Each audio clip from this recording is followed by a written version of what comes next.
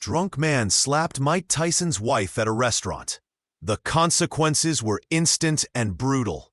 The low hum of conversation and the clinking of silverware filled the air of the Iron Plate, a high-end steakhouse known for its dimly lit ambiance and exclusive clientele. The scent of grilled prime rib and aged whiskey mingled, creating a rich, inviting atmosphere. In a secluded booth near the back, a man sat quietly, his powerful frame surprisingly relaxed, his gaze fixed on the woman across from him. He wore a simple dark suit, impeccably tailored, which did little to conceal the formidable musculature beneath. His bald head gleamed softly in the ambient light, and the distinctive tattoo around his left eye was a subtle, almost artistic detail. He listened intently as the woman, his wife, spoke, her laughter a soft, melodic sound that seemed to momentarily soften the hard edges of the world. They were enjoying a rare, peaceful evening out, a moment of quiet normalcy amidst their extraordinary lives. Suddenly, the tranquility was shattered by a loud, boisterous laugh from a nearby table. A group of men, clearly several drinks deep, were growing increasingly unruly. Their voices, initially a low murmur, had escalated into shouts and slurred pronouncements. One man in particular, a hulking figure with a florid face and a loosened tie, seemed to be the ringleader of the drunken revelry.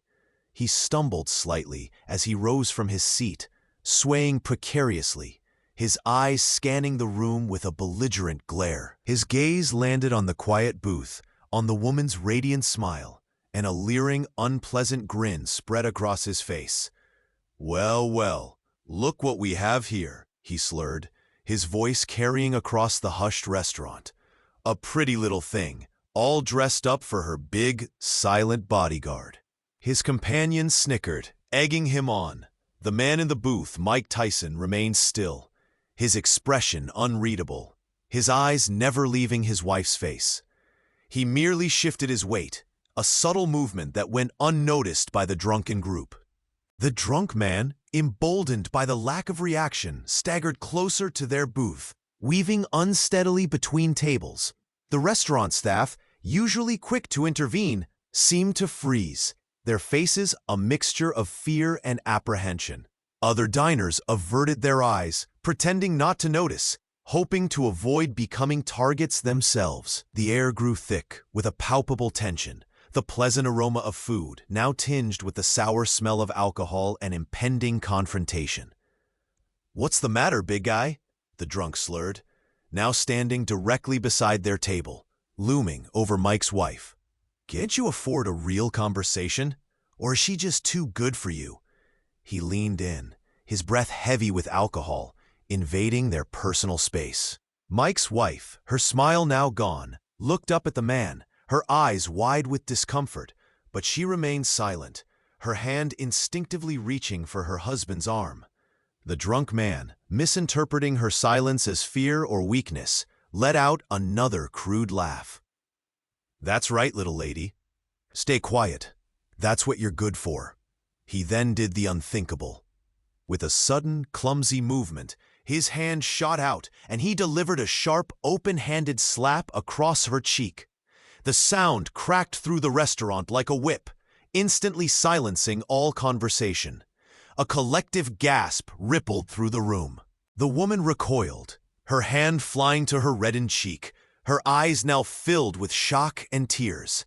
The other diners watched in horrified silence, their forks frozen midair, their appetites vanished. The restaurant manager, a portly man named Mr. Henderson, finally stirred, his face ashen, but he remained rooted to the spot, paralyzed by fear. The drunk man, momentarily pleased with his vile act, swayed back, a triumphant, ugly smirk on his face. "See? That's how you get attention, sweetheart." Mike Tyson, who had been a statue of calm just moments before, remained utterly motionless.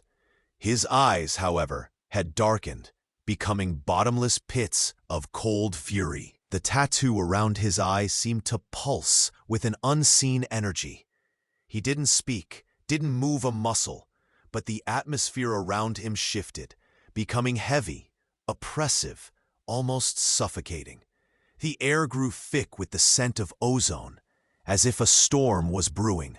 The drunk man, still basking in his moment of perceived victory, failed to notice the subtle tremor that ran through the table, or the way the silverware seemed to vibrate ever so slightly. He was too consumed by his own drunken arrogance. "What's the matter, tough guy?" he sneered, turning his attention back to Mike. "Your wife gets slapped and you just sit there?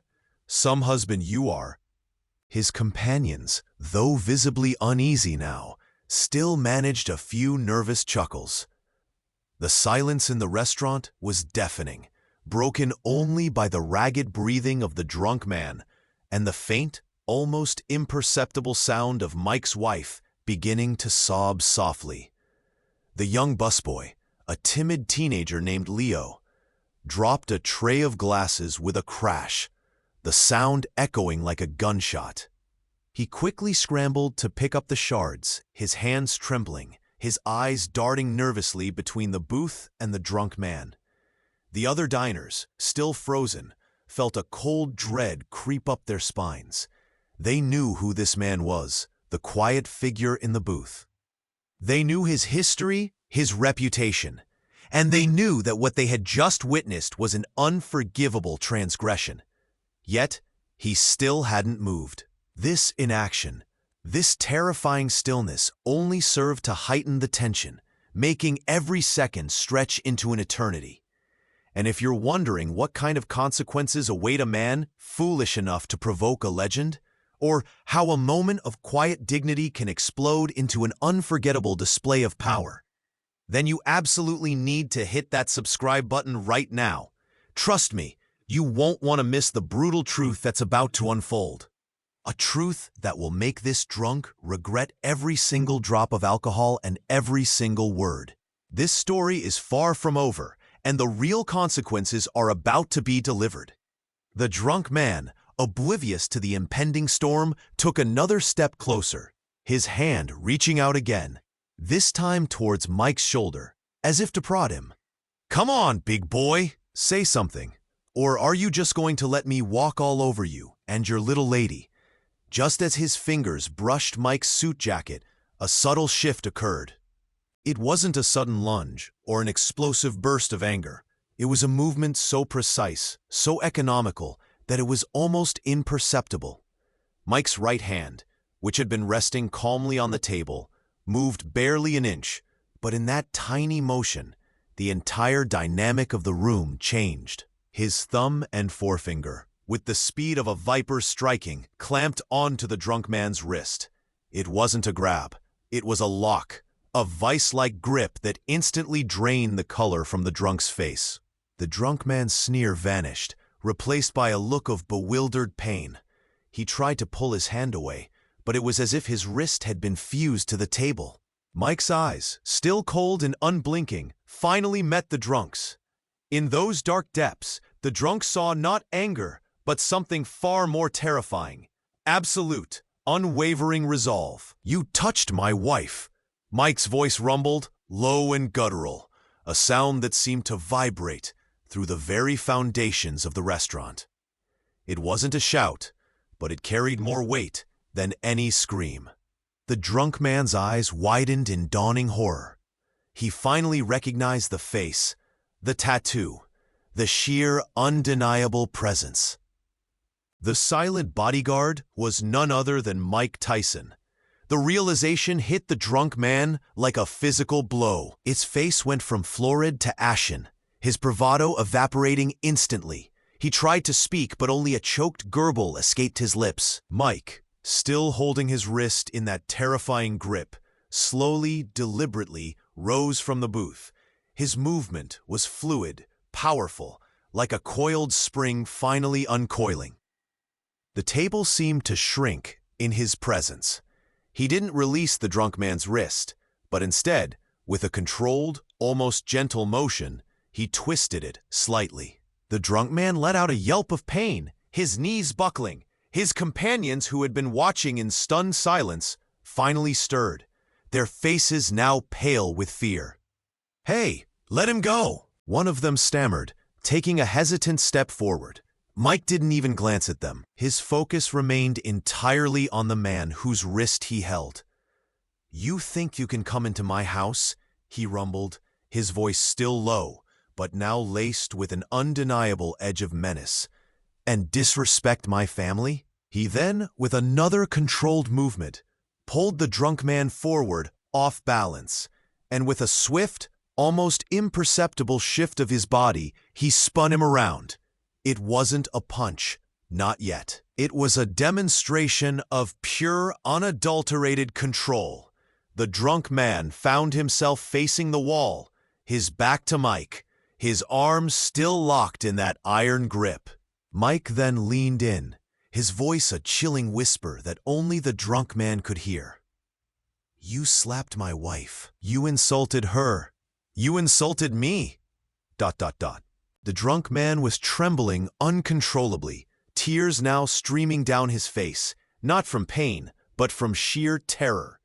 His companions, seeing the raw primal power emanating from Mike, wisely decided to back away, their earlier bravado completely gone.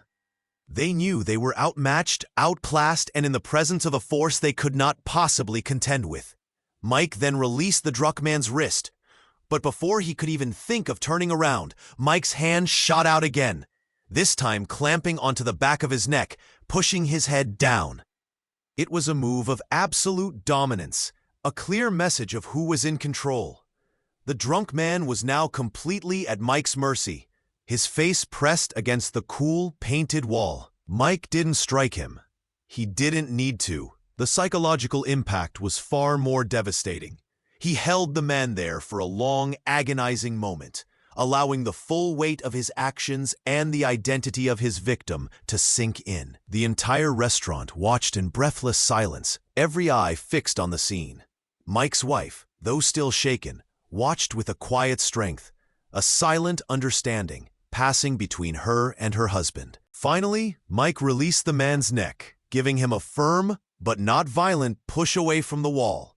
The drunk man stumbled forward, spinning around, his eyes wide and bloodshot, his face a mask of utter humiliation and terror. He looked at Mike, then at his wife, then at the stunned faces of the other diners.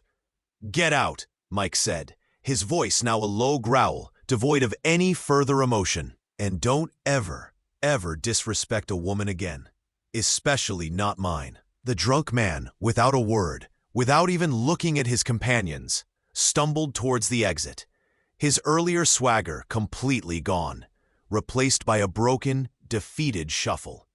His friends, seeing their leader's complete capitulation, quickly followed, their heads bowed in shame, their earlier bravado replaced by a desperate desire to escape. The restaurant manager, Mr. Henderson, finally found his voice, rushing forward to open the door for the fleeing group, his face still pale. Mike Tyson then turned, his gaze sweeping across the silent, awestruck diners.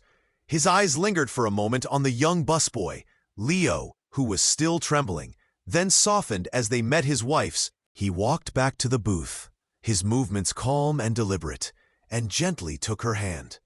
He didn't say anything, but the gesture spoke volumes. The restaurant slowly began to stir, a collective sigh of relief, followed by a murmur of hushed conversations. A few diners even began to applaud softly, a spontaneous expression of gratitude and respect. Mike, however, paid them no mind. His focus was entirely on his wife, on restoring the peace that had been so brutally shattered. He ordered a fresh drink for her, and they sat in quiet communion, the world outside their booth momentarily forgotten. The incident had been brutal, swift, and utterly decisive. The consequences were instant, not just for the drunk man, but for everyone who witnessed it. It was a stark reminder that true power isn't always loud or aggressive. Sometimes, it's a quiet, unwavering force that only reveals itself when pushed beyond the limits of patience. Respect isn't taken by force. It's earned by dignity and defended with unwavering loyalty. Silent doesn't mean powerless. Sometimes the quietest person carries the greatest power, and the most profound lessons are taught not with words, but with instant, brutal consequences.